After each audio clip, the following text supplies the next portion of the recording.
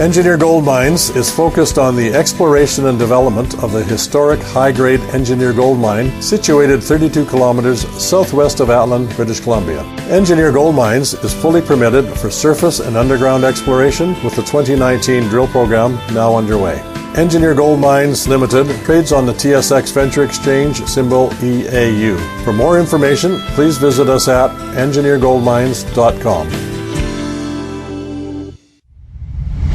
You're listening to HowStreet.com radio, available online at TalkDigitalNetwork.com.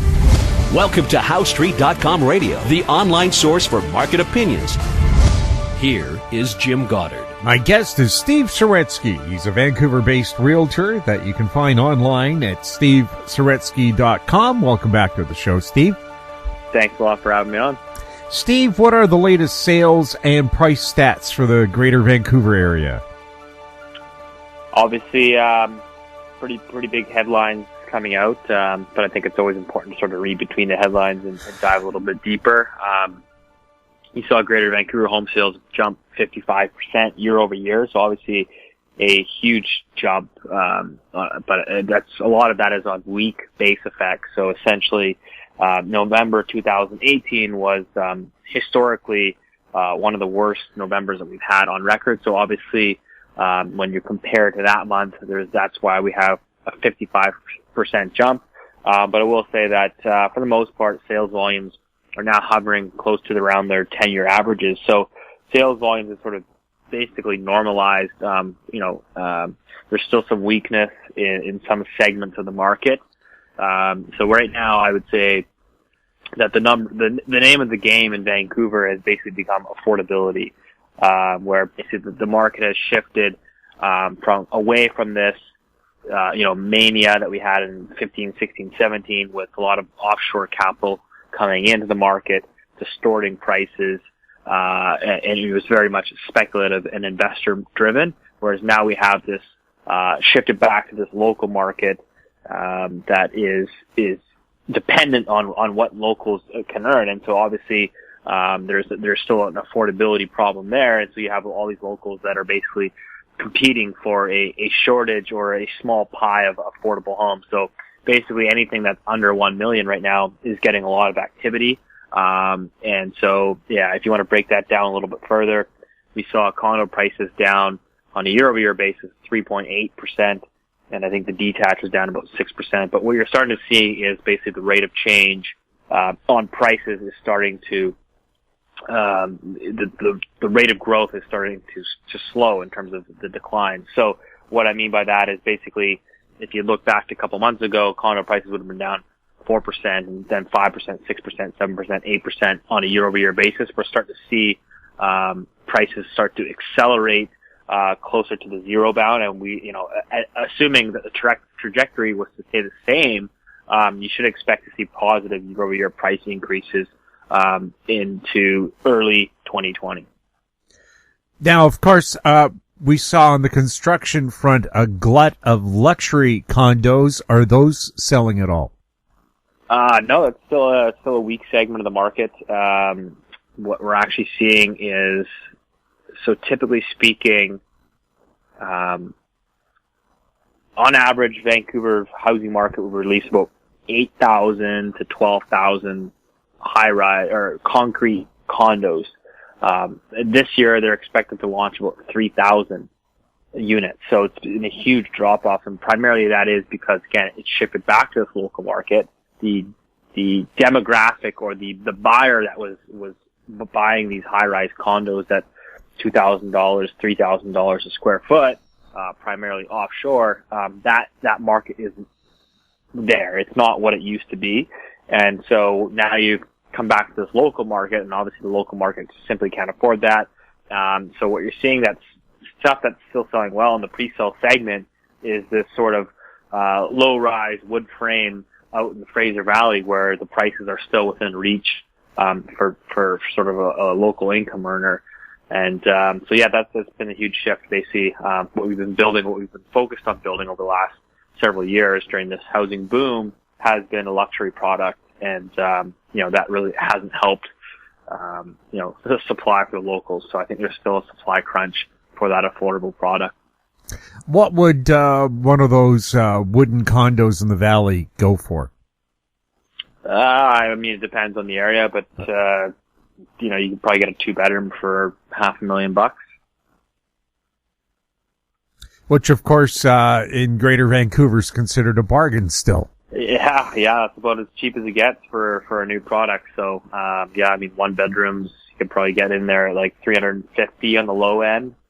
But that's kind of the going rate for what we would consider now, unfortunately or sadly, is more considered affordable. Single family homes, what's moving there? Entry level stuff, affordable single family houses, you know, under 1.5 million with a mortgage helper in the basement, you know, with an income generator downstairs that can help offset a mortgage payment. That stuff is moving fairly well. As soon as you start to get over that $2 million range, particularly upwards of $3 million, then the market just softens further. So basically, it's like the higher up you go, the softer the market. Again, I think the thesis, ultimately, if you want to summarize it in short context, is basically it's become all about affordability. What can local buyers afford to buy? If the prices are somewhat reasonable, though there's the demand for it. As soon as we start to get creeping up into what I would consider more of a luxury market, it's soft. At what price range does the BC NDP government's so-called school tax hit? It kicks in at $3 million, so that would kick in at $3 million. Is that a sales killer? I don't think that's a huge driver of it. I just think that I think there's just an oversupply of luxury right now. Right, there's only so many buyers that can afford $3 million. A lot of it was offshore. That sort of Chinese buying spree has faded, and it's faded in most global markets today. So it's not really unique to Vancouver. And obviously, most builders, because of the cost of construction and materials and the cost of land, if you're going to tear down an old single-family house and build a new one, I mean, that realistically has to be brought onto the market at $2.5–3 million. There's just no other way to make those margins work. So that's a product that was built. We built a lot of in sort of 16, 17, and they're still coming on the market. And so we have an oversupply of new luxury homes. Now, you said foreign buyers are out. Is it an effect of the 20% NDP foreign buyer tax or money restrictions for taking cash out of China that's been the big factor? I mean, I personally don't think anyone's going to be able to pinpoint and say, yep, this is it. That was what did it. I think that it's a multitude of factors. I think that obviously the foreign buyers tax, 20%, is obviously not going to help incentivize someone to come over here and spend $3 million on a piece of real estate. But I think that Chinese capital control has had a large role to play as well. And again, I just take that broader view and say, okay, let's look at global luxury property markets. How are they performing? And they're all reporting the same thing, that the Chinese purchasing activity, which was so predominant in 2015 and 2016, has faded significantly. Globally, monetary policy is easing. Are banks becoming more liberal in their lending? Yeah, I mean that financing conditions have eased. Monetary policy has eased. I think if you look at lending indexes in terms of tight or loose, the lending is loosening, and I think that we're certainly seeing that here in Canada. If you look at residential mortgage credit growth on a 3-month annualized basis, now growing, it's accelerating at its quickest pace. It's actually growing right now. It's growing faster than it did prior to the B20 mortgage stress test introduction. So, Canadians are borrowing. Rates have come down and banks are still lending money. So, I think that's important to contextualize, where we are today. Everybody's obviously the theme has been, well, when are we going to get that big housing correction or crash in Canada? We're going to get the run up in foreclosures. You're going to get the layoffs. You're going to get the banks are going to stop lending. Well, right now we're just not seeing that, and we're seeing Rates are still low. We're seeing that people are borrowing, and foreclosures, although they are starting to inch up for sure, they are still at a very low base. So that's just kind of where we are today. The market went through a significant correction over the past 12 to 18 months. It seems like as it clearly in the data things have stabilized. Again, that we'll have to wait and see how long that plays out. I wouldn't by any stretch of the imagination say that, this is the bottom and we're about to enter a new bull market. I think that's most likely premature, but, you have to wait and see how things progress. We'll have more with Steve Saretsky right after the break. Cypress Development Corp is developing a world-class lithium resource in the heart of Clayton Valley, Nevada. The size of the resource makes the Clayton Valley project a premier asset with the potential to impact the future of lithium supply. Cypress Development Corp trades on the TSX Venture Exchange, symbol CYP, the OTCQB, symbol CYDVF, and on Frankfurt, symbol C1Z1. For more information, please visit our website, cypressdevelopmentcorp.com. Media recognition from Bloomberg, Reuters, recycling trade publications. Patented process for 100% recovery of critical metals, including cobalt, lithium, nickel, manganese, aluminum. American Manganese is focused on recycling lithium-ion batteries for electric vehicles. American Manganese trades on the TSX Venture, AMY, the US, AMYZF, and Frankfurt 2AM. For more information, visit AmericanManganeseInc.com or phone me, Larry Ray, at 778-574-4444. Welcome back. We're speaking with Steve Saretsky. Steve, Dr. Mark Faber from the Gloom, Boom, and Doom report was just on This Week in Money and talked about the likelihood of Canada seeing a severe and lengthy recession.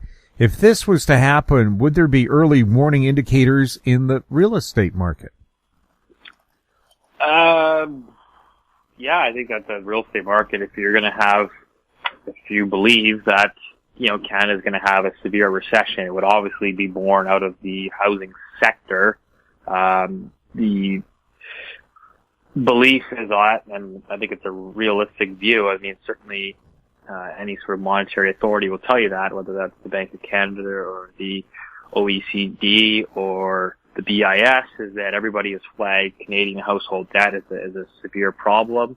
That if you do get a weakness in the economy and a recession, that those levels of household debt become severely put under pressure. You become that much more vulnerable to systemic problems. And I think that like any economy, leading indicators are generally in the housing market, primarily in building permits.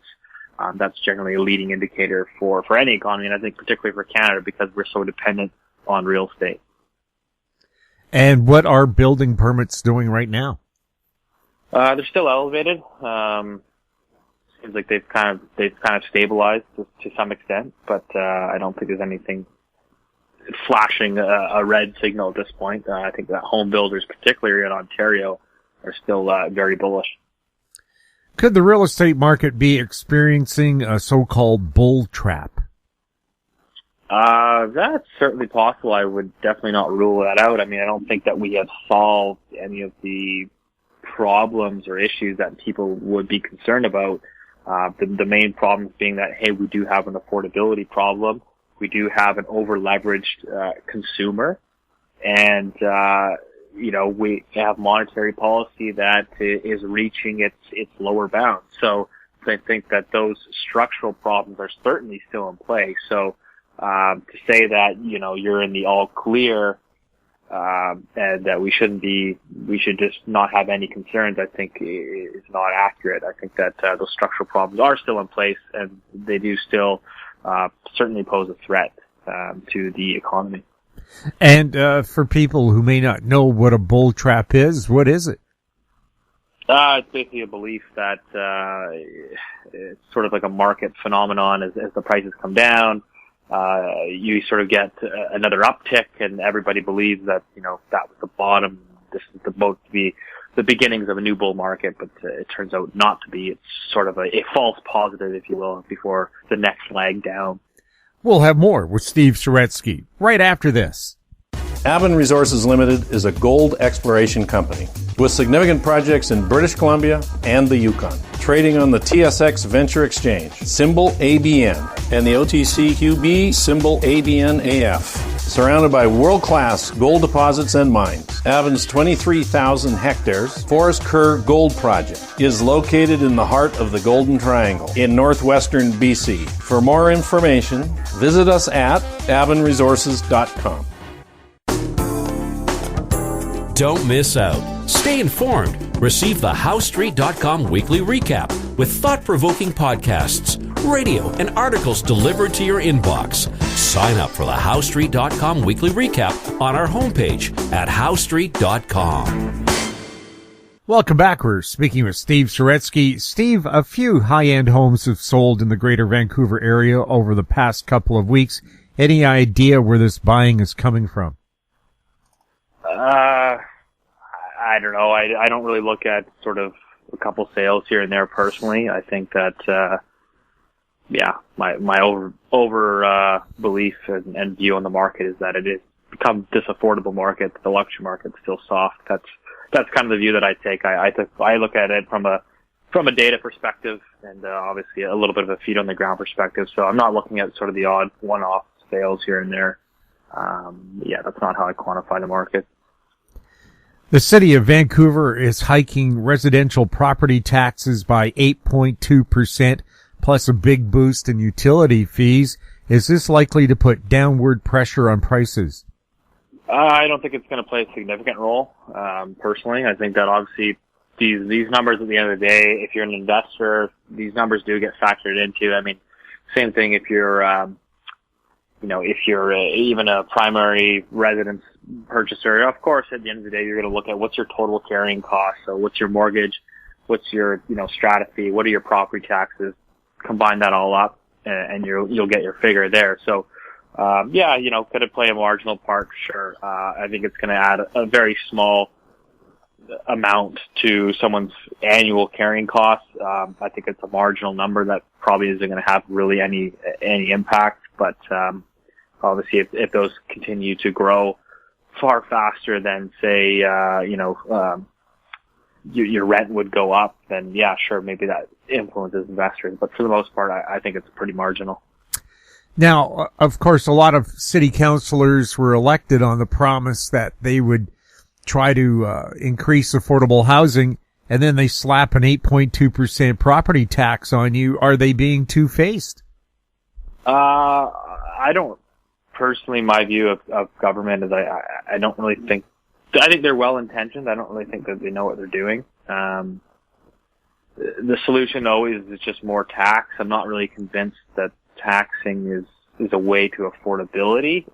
Personally, obviously, I'm not saying that I'm for or against foreign buyers tax or anything like that, but just the policies that get implemented.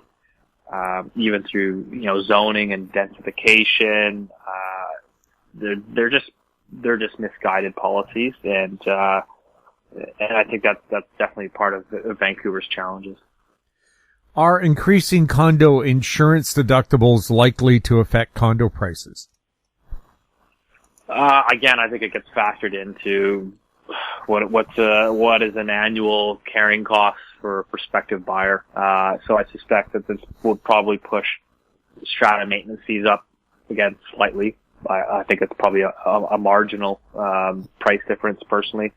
But you get rising property taxes, slightly higher maintenance fees, maybe slightly higher mortgage rates. So of course that's all going to play an impact. People at the end of the day are buying a payment. They're not buying a purchase price. And so, I think that sure, if those numbers start to add up and they become more significant, then I think that they do start to weigh on demand.